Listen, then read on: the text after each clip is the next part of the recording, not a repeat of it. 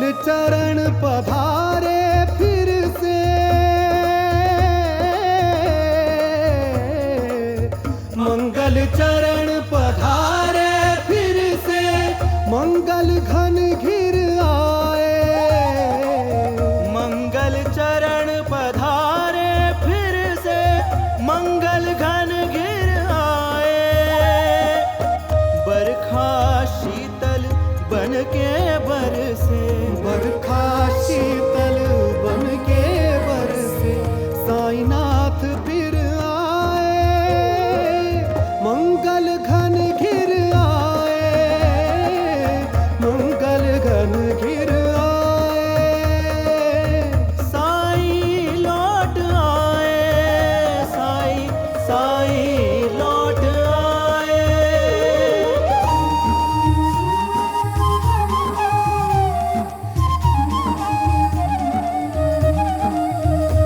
बिरहा के बीत गए जो, बिन साईं युग लागे। धरा गगन ये जन शिरडी के, बिन साईं थे अभागे। जागे भाग जो लौटे है साईं, जागे भाग जो लौटे है साईं। शुभ ही शुभंकर लाए, साईं लौट आए, साईं साईं लौट आए। साईं लौट आए, साईं साईं लौट आए। तन शिरडी तो प्राण है साईं, जीवन साईं हमारे। जैसे तड़पे मछली जल बिन, व्याकुल हम थे सारे। हृदय कमल में साईं बसे हैं, हृदय कमल में साईं बसे हैं। साईं मन में समाए, साईं लौट आए, साईं लौट आए।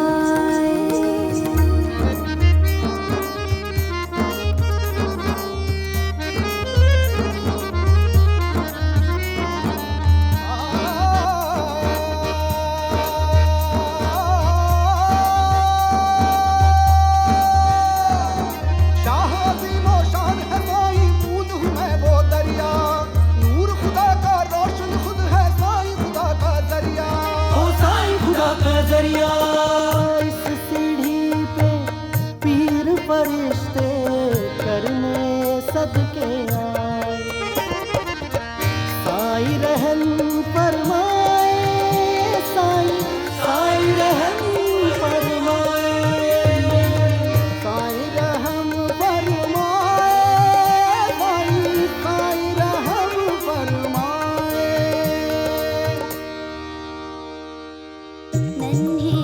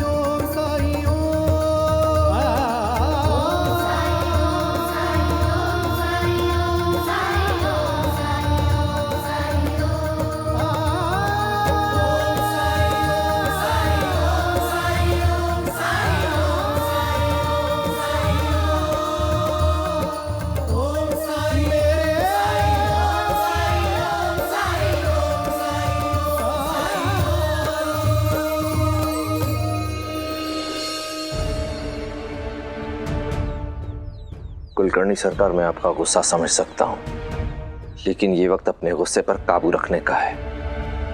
बाजी पलट जरूर गई है, लेकिन अभी खेल खत्म नहीं हुआ। और अब क्या होना शेष रह गया है रत्नाकर राव जी? आपने कहा था आपका दिलावर उस बैरागी से हमें मुक्ति दिलाएगा। आपकी बात मानकर उस 2 कौड़ी के दिलावर से अपने मान सम्मान की धज्जियां उड़वा ली मैंने। मन महसूस कर अपमान का घोट पीता रहा मैं। और आपके दिलावर ने क्या किया? क्या किया? सरकार, हम बताते हैं दिलावर ने क्या किया। हम भी गए थे गांव वालों के साथ आपके लिए समाचार लाने।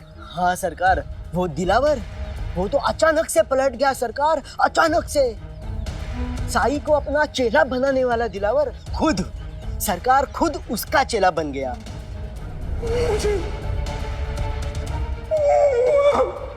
हम कर दो साई।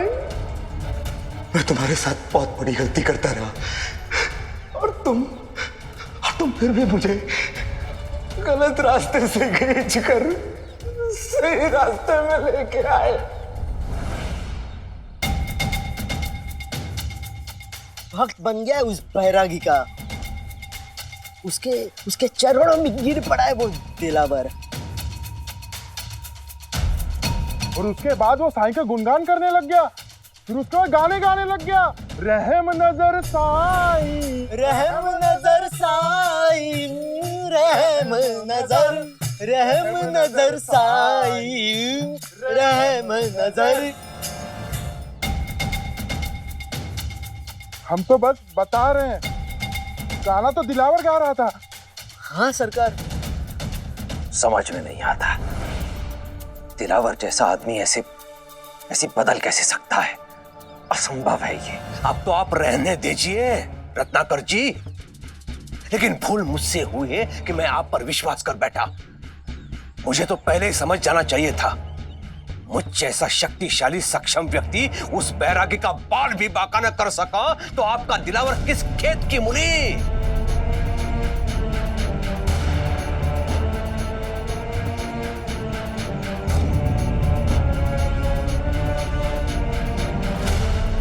कुलकर्णी सरकार, ये मैं इंग्लैंड से लाया था। ब्रिटिशर्स इसे अपनी जेब में बहुत हिफाजत से संभाल कर रखते हैं, क्योंकि उनके लिए समय का महत्व बहुत अधिक होता है। इसे पहचानते हैं आप रत्नाकर जी?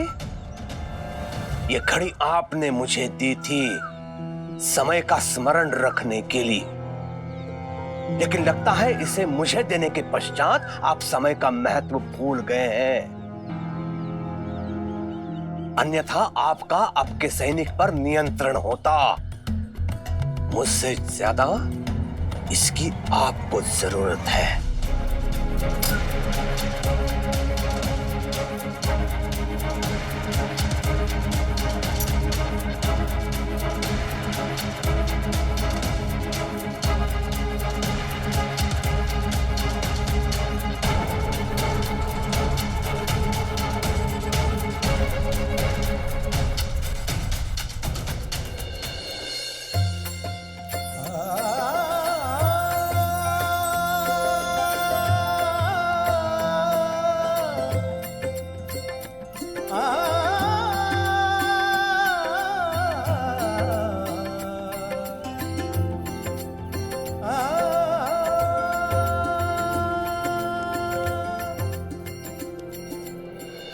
साई, देखो क्या हाल है हमारी द्वारका माई का।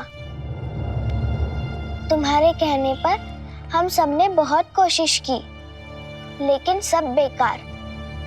तुम्हारे बिना द्वारका माई खुद को खंडर के सिवा और कुछ भी नहीं कहलाना चाहती थी।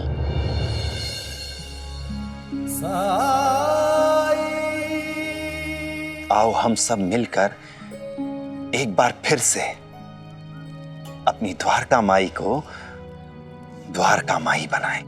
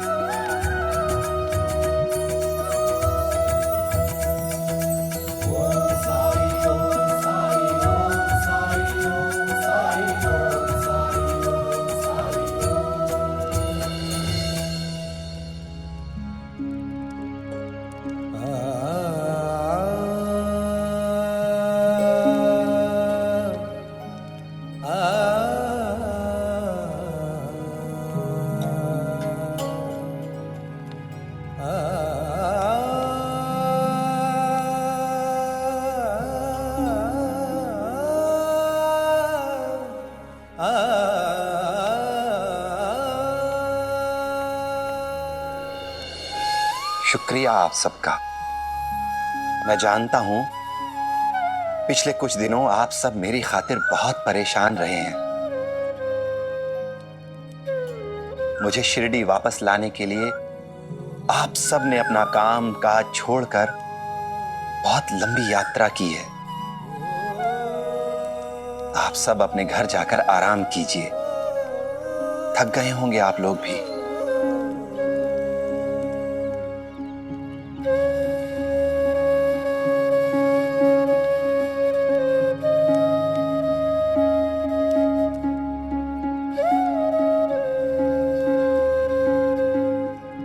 लक्ष्मी, चंपा, तुम लोग भी अपने घर जाओ।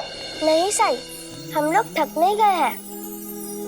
हमें बहुत दिनों बाद अपनी द्वारका माई वापस मिली है, इसीलिए आज हम लोग बहुत जी भर के खेलेंगे।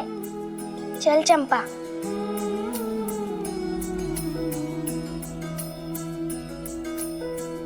थक तो तुम भी गए होगे साईं। तुम ऐसा क्यों नहीं करते, हमारे साथ घर चलो, वहां कुछ खा पी लेना। आऊंगा, शीघ्र आऊंगा भाईसा माँ, भिक्षा मांगने के लिए। फिर तुम मुझे अपने हाथ से खिलाना। क्यों छोड़कर गए थे मुझे? हाँ, मैं कहीं भी चला जाऊं भाईसा माँ, लेकिन माँ की नजर, माँ के हृदय से दूर कैसे रह सकता हूं। तभी तो तुमने मुझे सपने में भी ढूंढ ही लिया। हाँ हाँ, जा रही हूँ मैं, लेकिन अब तुम भी थोड़ा आराम कर लेना, उसके बाद ही भिक्षाटन के लिए निकलना। हाँ, चलती हूँ।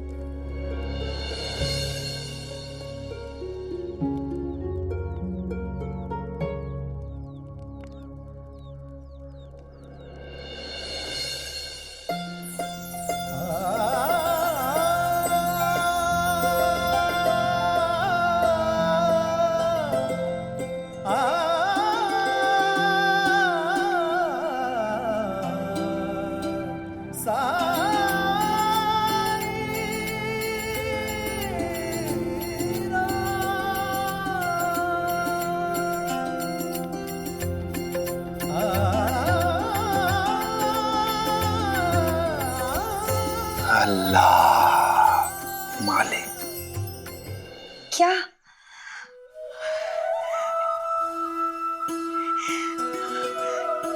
साईं, साईं लौट आए। हाँ वाइनी, सब बहुत खुश हैं। जश्न का माहौल है द्वारका माई में।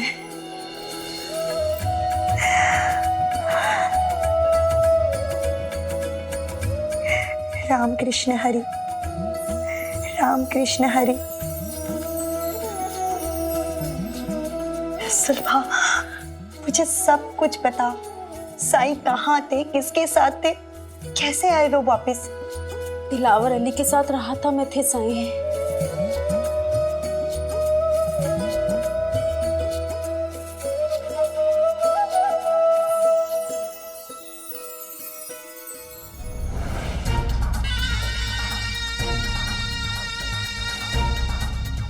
अगर तुम दोनों योग्य होते, सक्षम होते, तो मुझे दूसरे किसी और की सहायता लेने की जरूरत ही नहीं थी। लेकिन तुम दोनों गोबर गणेश हो, गोबर गणेश। उस बैरागी को राहता में तुम दोनों रोक क्यों नहीं पाए? कोशिश की थी सरकार। निकम्मे हो, निकम्मे तुम दोनों।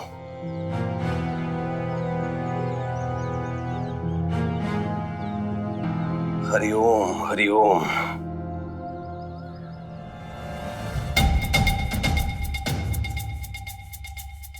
पानी तक नहीं है।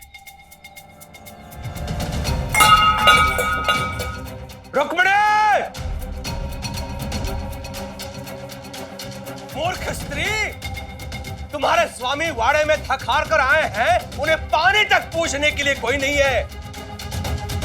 बाहर पानी क्यों नहीं रखा?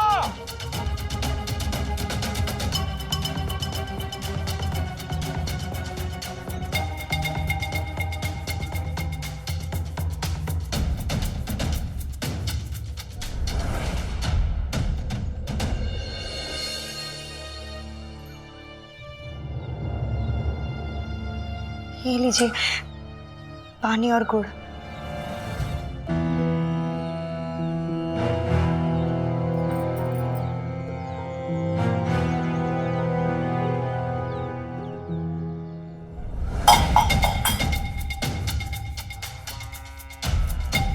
दोबारा ऐसी भूल नहीं होनी चाहिए। जी।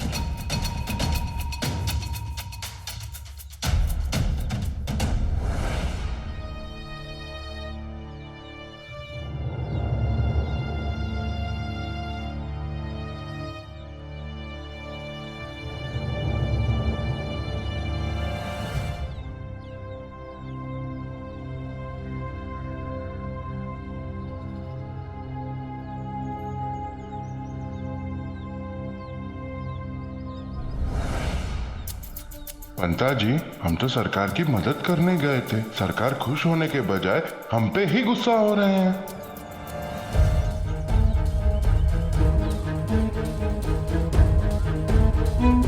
अंता जी, हमें सुलभा के बारे में सरकार को बता देना चाहिए कि ये गांव वालों की मदद कर रही थी। हो सकता है सरकार का गुस्सा और ध्यान दूसरी ओर चला जाए।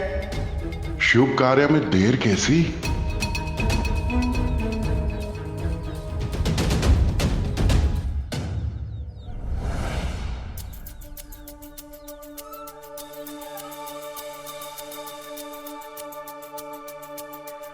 सरकार, जो लोग उस बैरागी को ढूंढने के लिए गए थे, उन सब में सबसे आगे आगे कौन थी जानते हैं आप? ये सुलभा।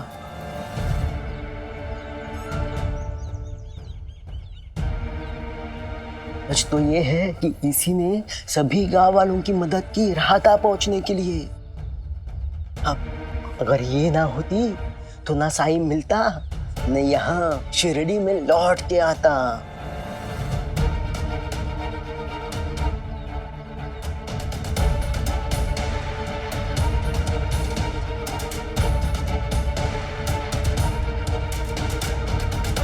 रुक्मिणी! जी। सुलभा कल काम पर आई थी?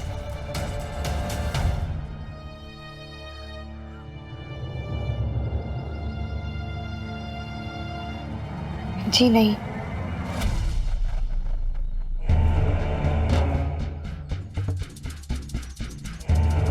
उससे पूछ कि वो कल कहां गई थी। जी, वो गांव से बाहर गई थी।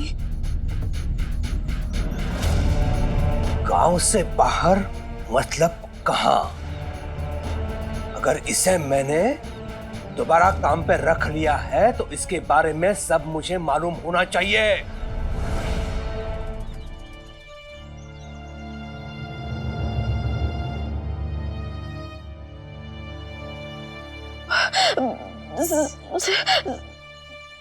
साई को वापस लाने राहता गई थी।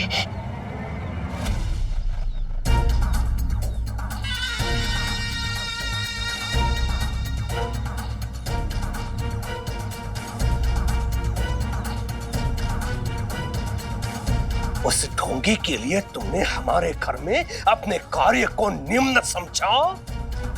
क्या यहाँ के दायित्व तुम्हारे लिए कुछ नहीं है सुलभा? साई ने मेरी मदद की थी। सरकार, अभी तो भीगी बिल्ली की तरह आपके सामने खड़ी है। सरकार, अगर आप वहां होते तो देख पाते इसका प्रचंड रूप।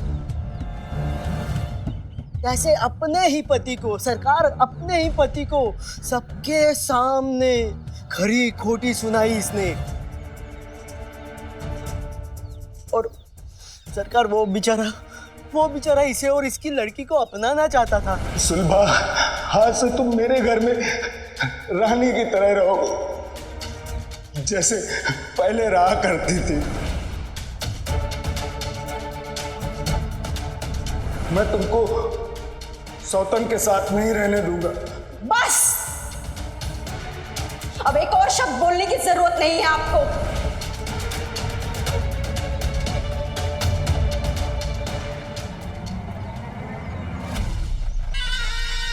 हरिओम हरिओम। अगर तुम्हारे लिए इस घर का कार्य महत्वपूर्ण नहीं है सुलभा, तो अभी के अभी मैं तुम्हें काम से निकालता हूं।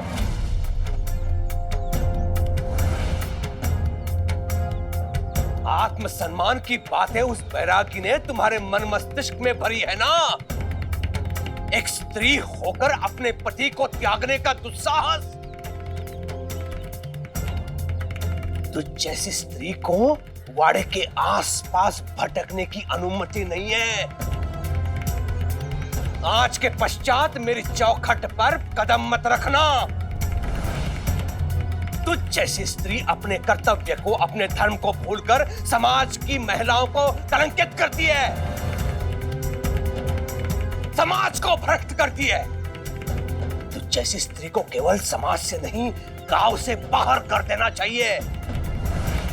और सुन, मेरा आभार मान कि मैंने तुझे केवल काम से निकाला है। हरिओम।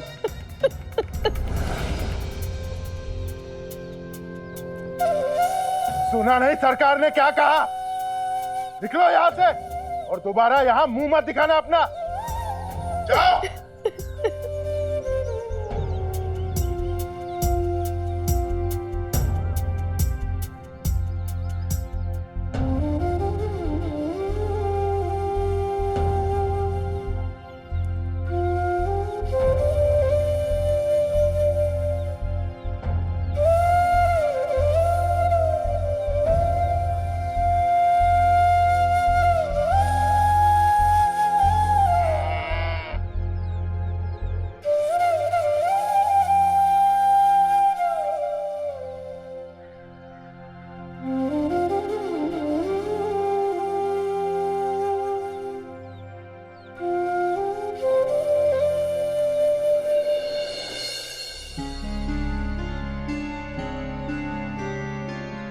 कहाँ गए होंगे? सुल्तान भाई के घर पर ताला। उन्होंने बताया नहीं कि वो लोग कहीं जाने वाले हैं। और आंगन को देखकर ऐसा लग रहा है जैसे भाईजान 1-2 दिन पहले ही यहाँ से गए होंगे। हाँ, वैसे वो हमें बिना बताए गांव छोड़कर कभी जाते नहीं हैं। ऐसे अचानक चले जाने का क्या कारण हो सकता है? रेहाना, सलीम, साईं। प्रणाम साईं। राम जी भला करे। क्या बात है, परेशान क्यों हो? साईं, सुल्तान भाईजान के घर पर ताला है।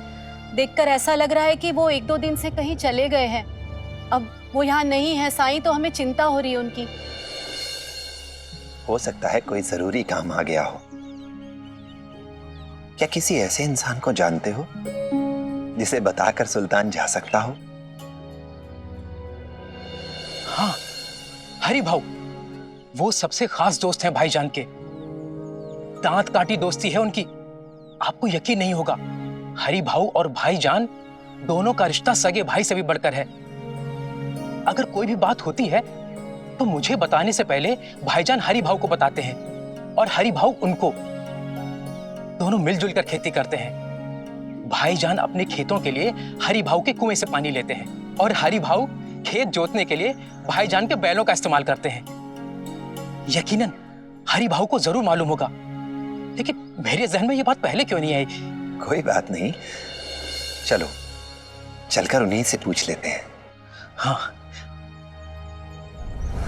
अब क्या करूंगी मैं? अपने भाऊ और वाइनी पे आश्रित नहीं हो सकती। उनकी मदद नहीं लूंगी मैं। अपना गुजारा करने के लिए कोई काम भी तो नहीं है मेरे पास।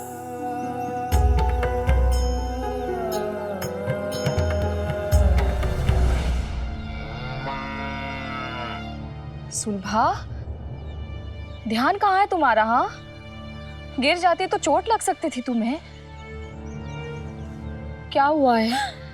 कहाँ जा रही थी तुम? सुलभा, सब ठीक तो है ना सुलभा?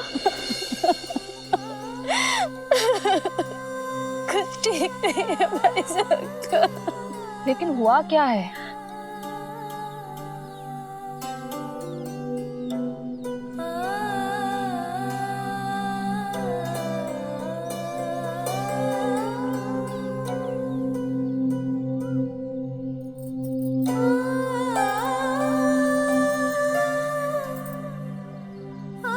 आश्चर्य नहीं हो रहा है मुझे ये सब सुनकर। कुलकर्णी सरकार जैसे आदमी से और क्या उम्मीद की जा सकती है। एक तो वो साई से नफरत करते हैं और दूसरा औरतें उनकी नजरों में तुच्छ हैं।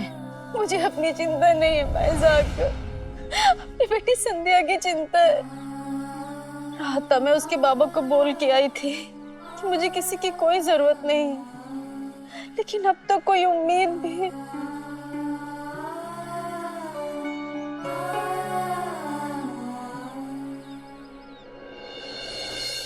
उम्मीद करता हूँ सब खैरियत से हो। मैं भी यहाँ नहीं था, पता नहीं भाईजान इस तरह से कहाँ चले गए, कहीं कोई मुसीबत में ना हो। सबूरी सलीम, सबूरी। यही है हरिभाऊ का घर। हरिभाऊ, हरिभाऊ। अरे सलीम, क्या हुआ? भाईजान कहाँ हैं? सब ठीक तो है ना? उनके घर पर ताला लगा है। मैं 2 दिन के लिए मनमाड गया था रजाइयां बेचने के लिए। कोई मुसीबत तो नहीं आई उन पर? आराम से सलीम, आराम से। तुम एक साथ कितने सवाल करोगे? प्रणाम साईं, प्रणाम। साईं, आपको वापस शिरडी में देखकर बहुत खुशी हुई। राम जी भला करें।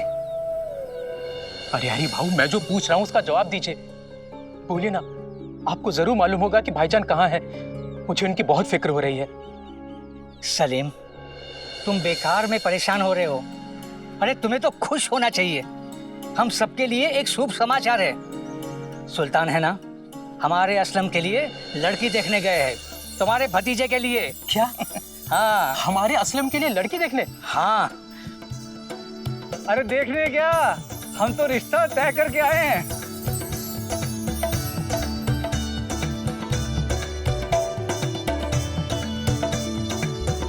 आप शांत हो जाइए साहब, गुस्सा करने से कुछ नहीं होगा। हम बाद में सोचेंगे कि क्या करना है।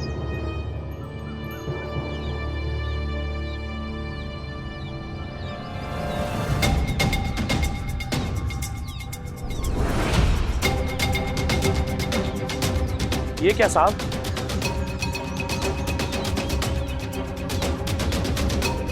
आपके हाथ को तो चोट लगी है।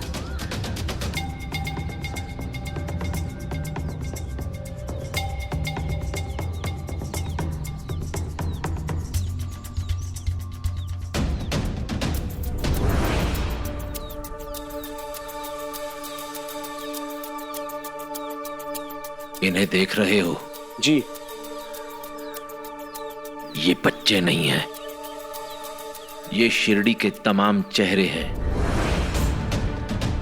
इनमें भी वही एकता है जो यहां के बड़े बुजुर्गों में है। मुझे तो विश्वास नहीं होता, ऐसा कैसे हो सकता है? कभी सुना है कि आधा गांव असंभव की तलाश में निकल पड़ा हो? न ठौर न ठिकाना, न रास्ते का पता न मंजिल का। बस ठान लिया कि किसी को वापस लाना है तो चल पड़े। साई की शक्ति उसके भक्तों से है।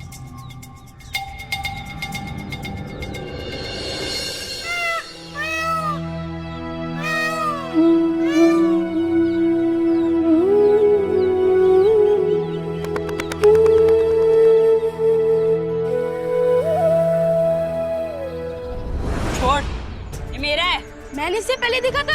ये मेरा है। नहीं, ये मेरा है। नहीं, ये मेरा है। मेरा है। मेरा है ये। मेरा है। मेरा है। नहीं, मेरा है। मेरा है। छोड़ो, छोड़ो।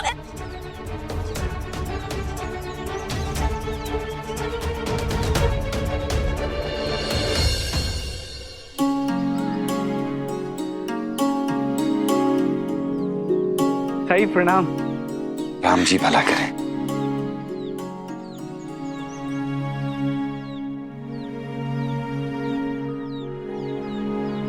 सुल्तान भाई, क्या वाकई में असलम का रिश्ता हो गया? हाँ हरी, असलम का रिश्ता तय हो गया है।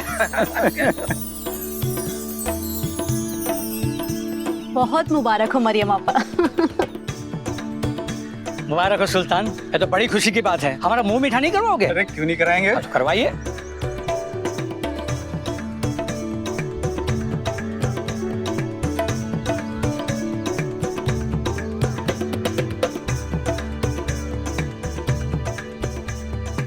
बहुत मुबारक हो बेटा जान।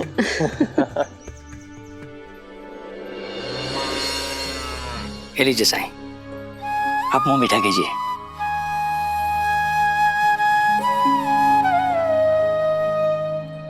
राम जी भला करें। असलम बेटा, बहुत बहुत मुबारक हो।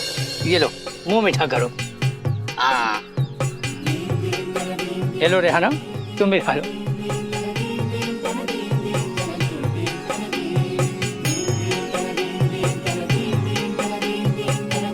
भाई मुझे माफ करना, मैं तुम लोगों के वापस लौटने तक का इंतजार नहीं कर पाया। लड़की वाले जिद करने लगे तो बेहद जल्दबाजी के साथ हमें लड़की देखने जाना पड़ गया। आपने बहुत अच्छा किया भाईजान। शुभ से शीघ्रम। अरे चंदू, रुको रुको। अरे अरे ये लो। अरे मुंह मीठा करो। हमारे असलम का रिश्ता तय हो गया है।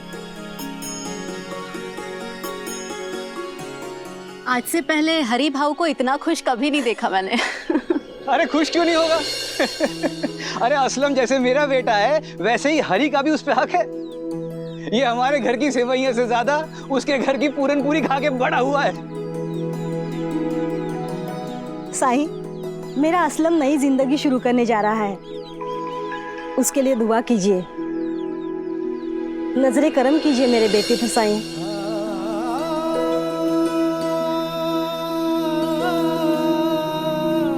राम जी भला करे।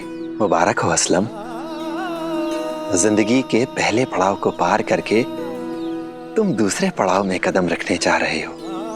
अपने माता पिता, अपने चाचा चाची, हरी भाऊ को देखो।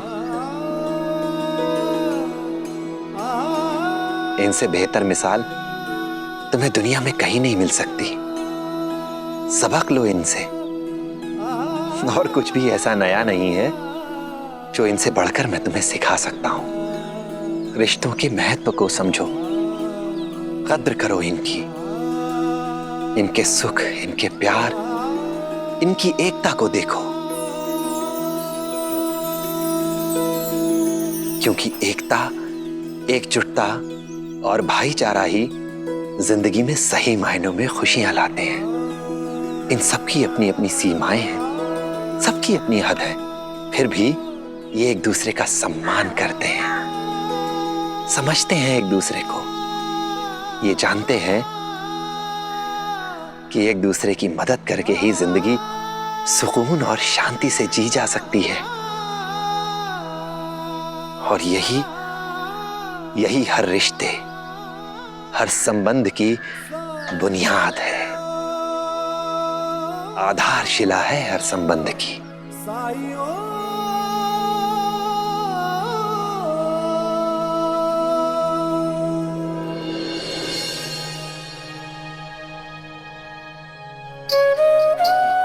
जब दो लोग एक दूसरे को समझते हों,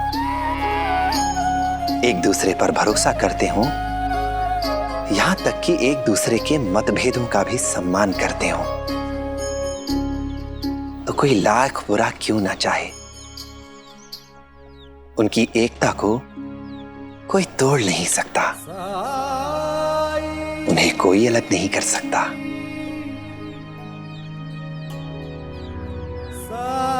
अल्लाह मालिक।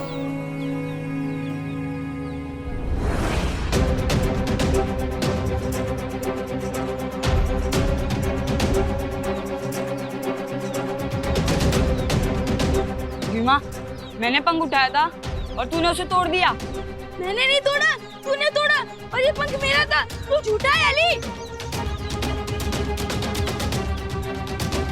नहीं, तू चोर है, चोर। मेरा पंख उठा के अब तक कह रहा है। अच्छा, मैं तेरे साथ कभी नहीं खेलूंगा। अच्छा, तो मैं भी नहीं खेलूंगा तेरे साथ, और आज से तू मेरा दोस्त नहीं, कट्टी। अरे क्यों तुम दोनों बेवकूफों की तरह लड़ रहे हो? जिप्री, तू बीच में मत बोल, ये हमारा आपसी मामला है। कट्टी तो कट्टी, तू नहीं है तो क्या हुआ? मैं मेरे दोस्तों के साथ खेलूंगा। तो ठीक है, रख ले उन्हें अपने साथ। मेरे साथ मेरे दोस्त हैं। और हाँ, आज से हम लोगों से बात नहीं करना तुम लोग। हाँ, नहीं करना तेरे से बात। चलो दोस्तों, नहीं खेलना इसके साथ। चलो।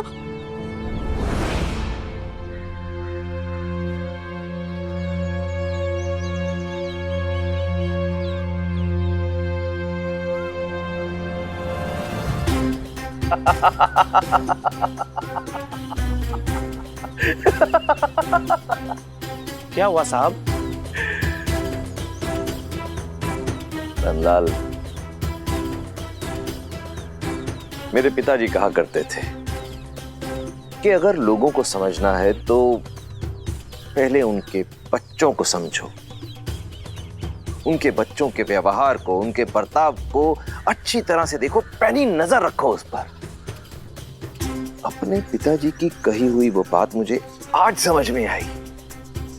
माफ करना साहब, लेकिन मेरे तो अभी भी समझ में नहीं आई बात। नंदलाल, तुम मूड हो, लेकिन फिर भी समझने की कोशिश करो। ये बच्चे आज मुझे एक चीज समझा कर गए हैं कि लोगों के समूह को कोई ऐसी खास चीज, कीमती चीज जो उनकी पहुंच से बहुत परे हो, वो दे दो तो लोग बहुत खुश होते हैं, लेकिन थोड़ी देर बाद ही वो उस खास चीज पर अपना व्यक्तिगत अधिकार समझने लग जाते हैं और फिर धीरे धीरे उस खास चीज को पाने की उनकी लालसा बढ़ती जाती है और बहुत जल्द ये लालसा लालच का रूप ले लेती है। और एक बार इनके मन में लालच आ जाता है तो फिर एक दूसरे से ईर्ष्या करनी शुरू कर देते हैं, प्रतिस्पर्धी हो जाते हैं। जब एक बार ये भावनाएं मन में आ जाएं, तो ये एक दूसरे के दुश्मन बनकर एक दूसरे से लड़ना शुरू कर देते हैं। नंदलाल, मैं रिश्तों की इस डोर को जितना मजबूत समझता था, ये उतनी मजबूत नहीं है। थोड़ा सा जोर लगाने पर टूट भी सकती है। वो साई इन गांव वालों को श्रद्धा सबूरी का पाठ पढ़ाता रहता है। पढ़ाए, जितना जी चाहे पढ़ाए, लेकिन मुझे आज समझ में आ गया है कि अगर इनके सामने एक टुकड़ा फेंका तो ये सारे पाठ भूल जाएंगे और उस टुकड़े के पीछे भागना शुरू कर देंगे, प्रतिस्पर्धी हो जाएंगे। हर किसी के लिए साई के उस पाठ पर अमल करना मुश्किल है और इनकी इसी मुश्किल से मैं अपनी राह आसान बनाऊंगा।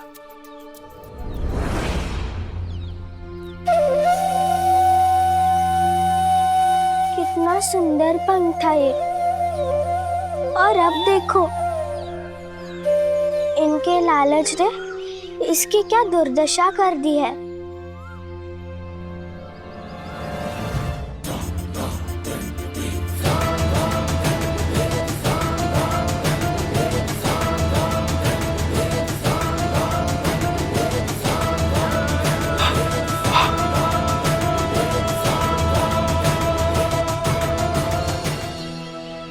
भिक्षाम देहि।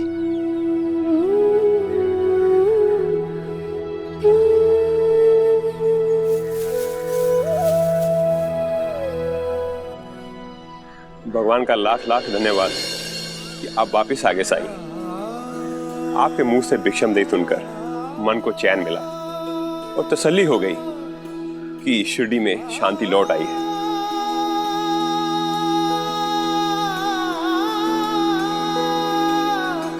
राम जी भला करे।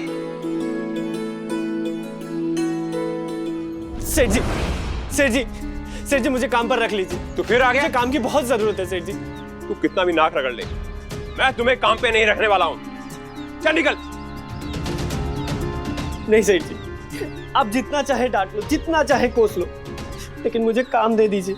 मुझे काम की बहुत जरूरत है। मैंने कहा ना, मुझे परेशान मत कर। मैं काम तो क्या, मैं तेरी शक्ल भी नहीं देखना चाहता हूं। चल निकल यहां से। नहीं सेठ जी, सेठ जी, मेरी हालत बहुत खराब है। काम ना होने की वजह से ना ढंग से खा रहा हूँ, ना जी पा रहा हूँ। चल हट यहाँ से। आज मैं असलम के पसंद की ही सारी चीजें बनाऊंगी खाने में। असलम मियाँ, अपनी आजादी के जितने मजे लेने हैं ले लो, क्योंकि चंद महीने ही बचे हैं तुम्हारे निकाह के। उसके बाद ऐसे सुकून से बैठने का मौका भी नहीं मिलेगा। क्यों भाईजान, मैंने सही कहा ना? अरे भाई, मुझे ऐसे क्यों देख रहे हो? तुम्हारे चचा बिल्कुल सही फरमा रहे हैं। अब तुम ही बताओ, अभी तुमने मुझे घर में सुकून से बैठे हुए देखा है कभी? तुम्हारी अम्मी जान कभी मुझे चैन की सांस लेने देती है? और हम हर वक्त उनकी खिदमत में लगे रहते हैं कि कहीं वो खफा ना हो जाए।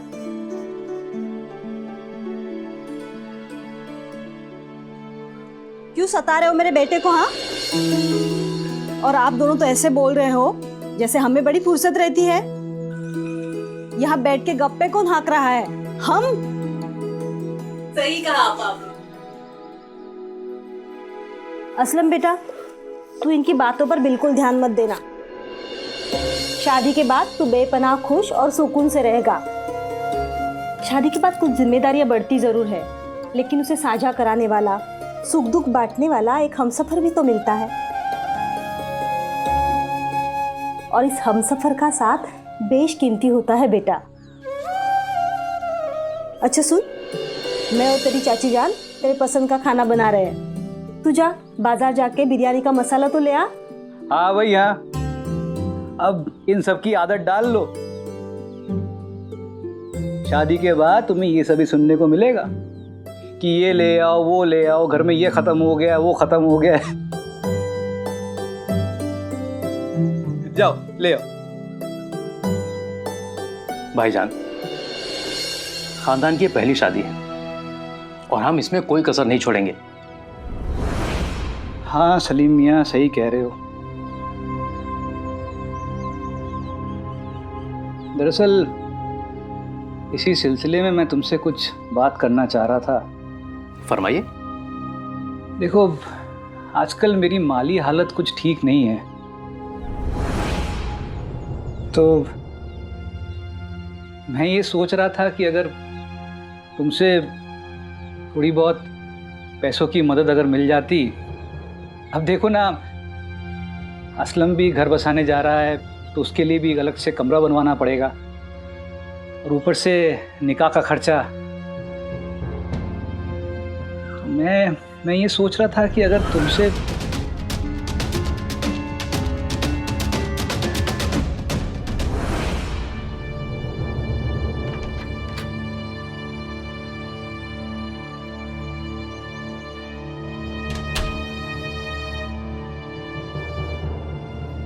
ये लीजिए भाईजान, अभी मेरे पास इतने ही पैसे हैं।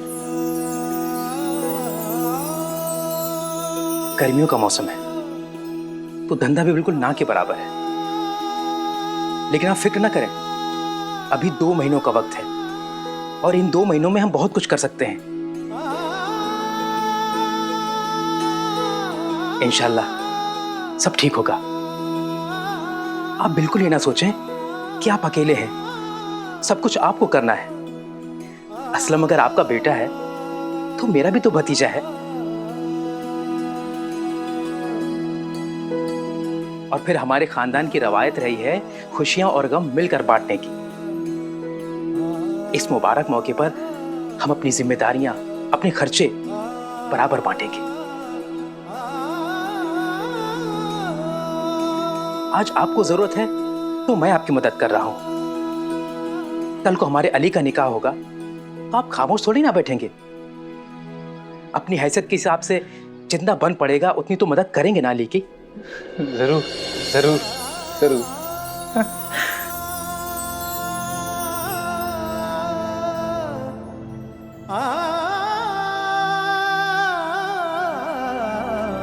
सलीम मेरे भाई, शुक्रिया। अब मुझे किसी बात की फिक्र ना रही, मेरा भाई मेरे साथ खड़ा है।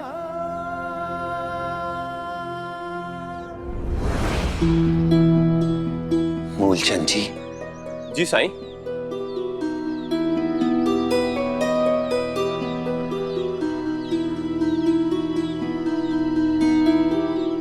गुलशन जी, आप तो बड़े भले इंसान हैं। सभी के साथ बहुत अच्छाई से पेश आते हैं आप। यहाँ तक कि मैं जब भी आपके घर भिक्षा मांगने आता हूँ, आप कभी मुझे खाली हाथ नहीं भेजते, हमेशा भिक्षा देते हैं।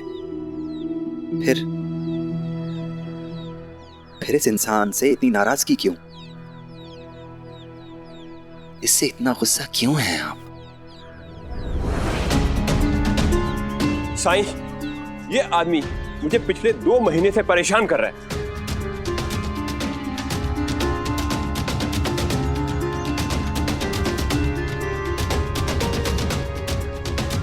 इसका मतलब ये हुआ कि इसे काम की सख्त जरूरत है। काम के लिए बहुत परेशान है ये। ईश्वर की कृपा से आपका काम तो अच्छा चल रहा है। अगर एक और इंसान को काम दे देंगे तो आपको फायदा ही होगा, कोई नुकसान तो नहीं होगा आपको।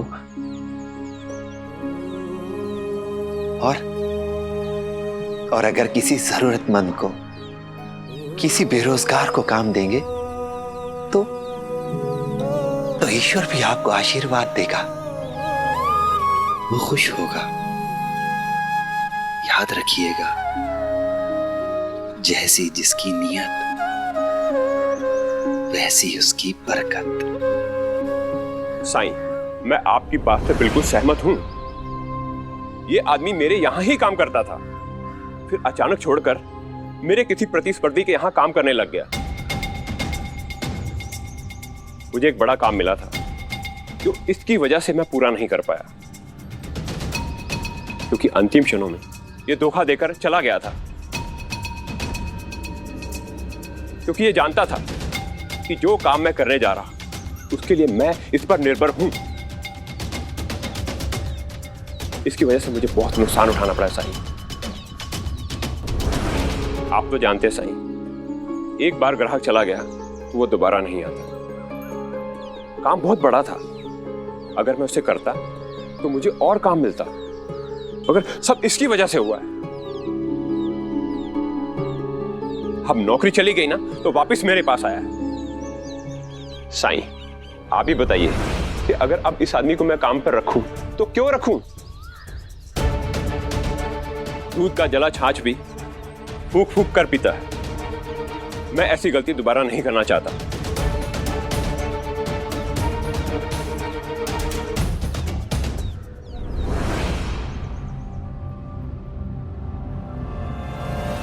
ना,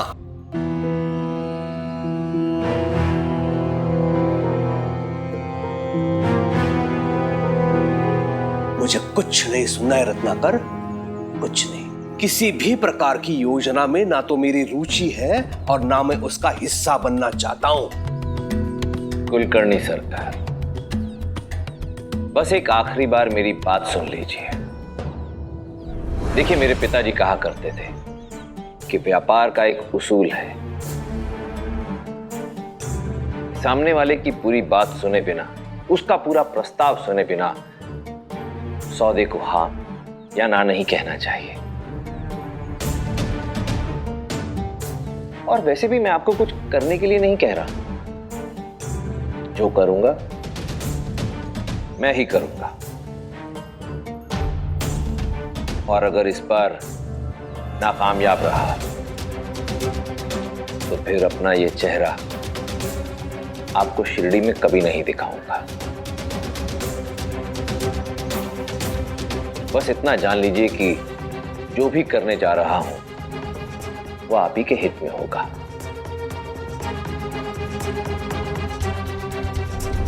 आपके पिताजी की बात अपने पास रखिए, हाँ? और मेरी चिंता करने की कोई आवश्यकता नहीं है। कुलकर्णी सरकार, आपका गुस्सा बिल्कुल जायज है। मैं अच्छी तरह से समझता हूं कि आपको गुस्सा क्यों आ, लेकिन अगर मैं आपकी जगह होता तो सामने वाले को एक आखिरी मौका जरूर देता। जरा सोचिए, मैं आपसे मांग क्या रहा हूं? सिर्फ एक मौका। और यदि आप मुझे ये मौका दे देते तो बहुत जल्द आप एक और गांव के राजा बन जाएंगे।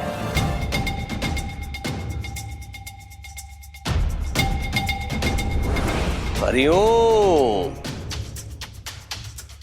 अब 3 गांव से एक पर आ गए तुम, हाँ?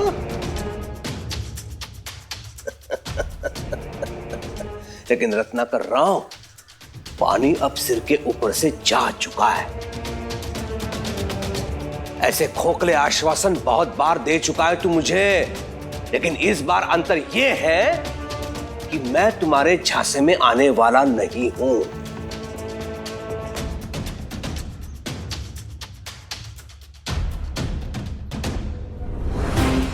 ये खोखला आश्वासन नहीं है कुलकर्णी सरकार।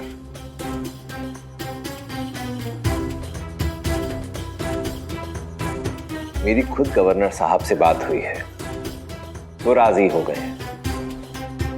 बस उनके यहां से स्वीकृति पत्र के आने का इंतजार है। क्या चाहते क्या हो तुम मुझसे? अनुमति। शिरडी में किसानों के मध्य एक प्रतिस्पर्धा कराने की अनुमति चाहता हूं आपसे।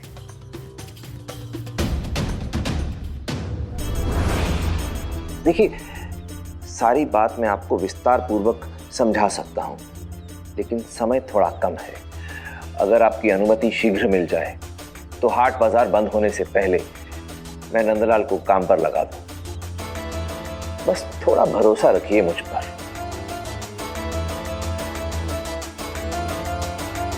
दी, अनुमति दी। शुक्रिया सरकार।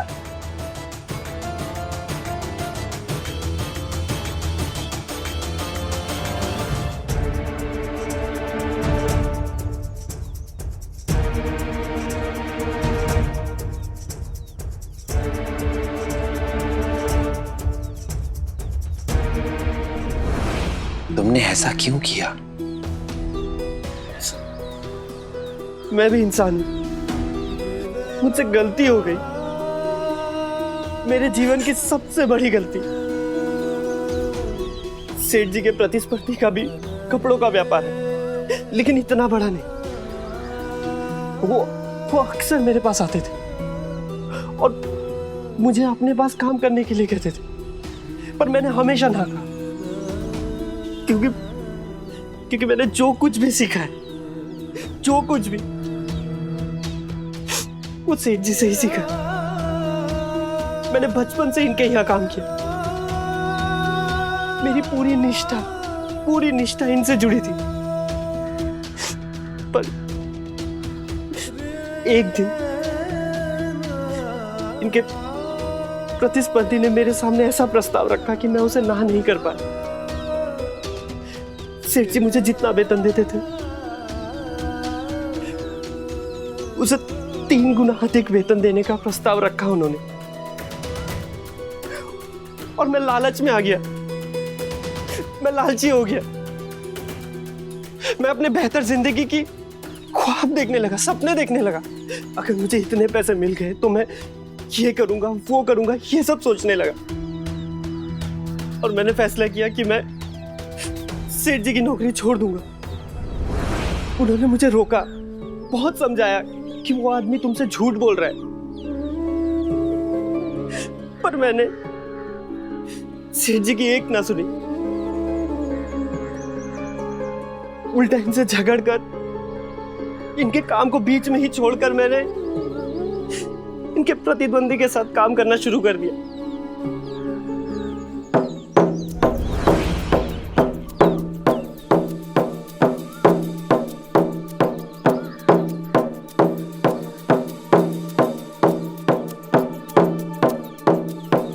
ये तो रत्नाकर का आदमी है ना? हाँ, ये नगाड़ा क्यों बजा रहा है? सुनो सुनो सुनो, पंता जी क्या कहा नलनाल ने? सुनो। अरे लेकिन मैंने नहीं सुना, इसके लिए तो आपसे पूछ रहा हूँ पंता जी, क्या कहा उसने? सुनो सुनो सुनो। ठीक है, सरकार की जैसा आप भी मुझे डांट रहे हैं। आपका मन नहीं है बताने का तो कोई बात नहीं, मैं किसी और से पूछ लूंगा। अरे अंता जी, कोई और तब भी बताएगा जब नंदलाल कुछ बोलेगा ना। सुनिए जरा। आप सब जानते हैं हमारे साहब श्री रत्नाकर राव जी शिरडी में आप लोगों की मदद के लिए आए हैं और कुलकर्णी सरकार की सम्मति से उन्होंने किसानों के लिए एक विशेष प्रतियोगिता का आयोजन किया है। इस प्रतियोगिता में जो भी किसान प्रति बीघा सबसे ज्यादा फसल पैदा करेगा उस किसान को इस प्रतियोगिता का विजेता घोषित कर दिया जाएगा।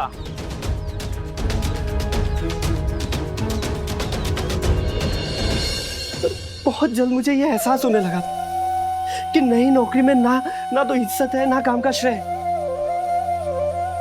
नया मालिक मेरे साथ बुरा व्यवहार कर रहा है, जरूरत से ज्यादा काम ले रहा है,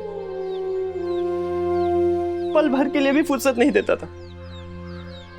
तनाव की वजह से मेरी तबीयत बिगड़ने लगी थी। समय कम बचने की वजह से मैं अपने परिवार के लिए वक्त नहीं निकाल पा रहा था। लेकिन साईं संतुष्टि इस बात की थी कि मुझे 3 गुना वेतन मिलेगा। उन्होंने केवल इसलिए मुझे अपने पास काम पर रखा था ताकि सेठ जी को जो बड़ा काम मिलने वाला था वो उनके हाथ से निकल जाए।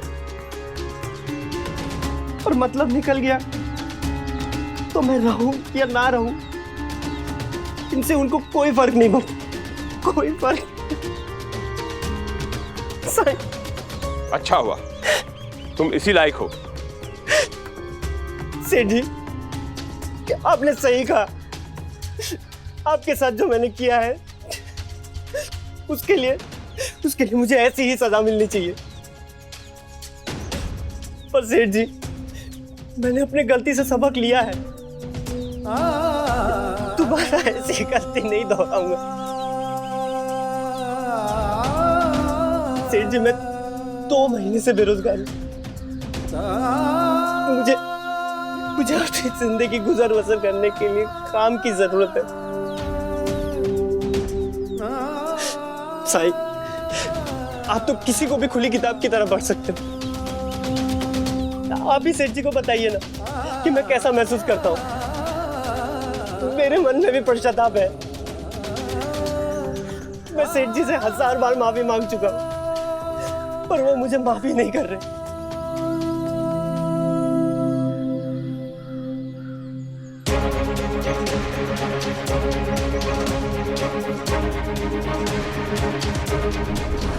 ऐसे और भी मजेदार वीडियो के लिए हमारे चैनल को लाइक, शेयर और सब्सक्राइब करें।